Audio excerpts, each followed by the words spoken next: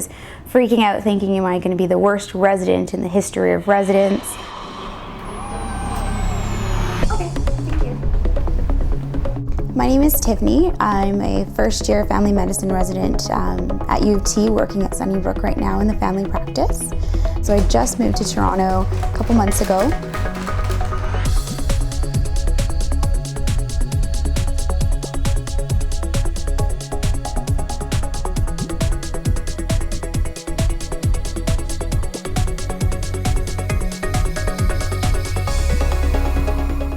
I always wanted to be a doctor ever since I was really, really young, and I guess it was because of watching the shows at first on TV. As I got older, matured more, I really found this passion for not only helping people, but also just loved the science involved and just normal working functions of the human body and disease and helping disease, curing disease. Last year, my mom was diagnosed with stage 1A ovarian cancer. And the wonderful, doctors and nurses and other healthcare professionals that helped my family and my mom helped me to want to be that for somebody else's family. So in a lot of the TV shows, we're often led to think that medicine is always chaotic and always have the most exciting mystery diagnoses like you see on House, or parties every day like you see on Grey's Anatomy. And the reality is, it's not always chaotic. You do get to take a breath, but most of the time it's not a party, and it's a lot of hard work. You're lucky, I would say, if you get maybe 2-3 hours of sleep. It's not as bad as what people think. You got so much adrenaline going that you don't really feel that you're tired until your shift is done, and then you feel like you're exhausted and you go home and you sleep the day away. You second guess yourself a lot as a resident. The worst thing in the world is, thinking, oh my God, I did something to hurt somebody, or something that I did cause somebody to get sicker or not get better.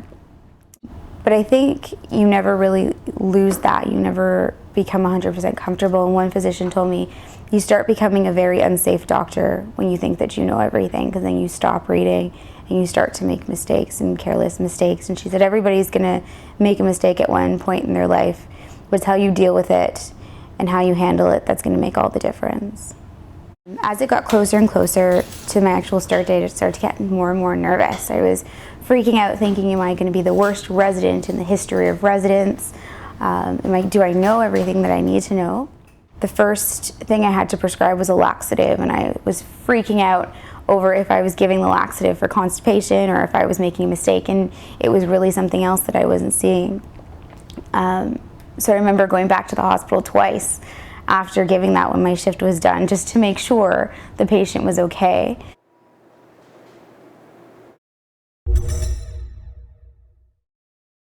When I started medical school, I think my social life took a huge hit. I was used to being able to go out when I want to, see my family essentially when I want to, and then you get medical school is a whole new world in itself, and you sort of get thrown into it, much like residency, and you start to, it's like rebalancing your priorities. So your schoolwork with your clinical duties, with your personal duties. And I was really bad at it at the beginning. I really neglected myself and my personal self.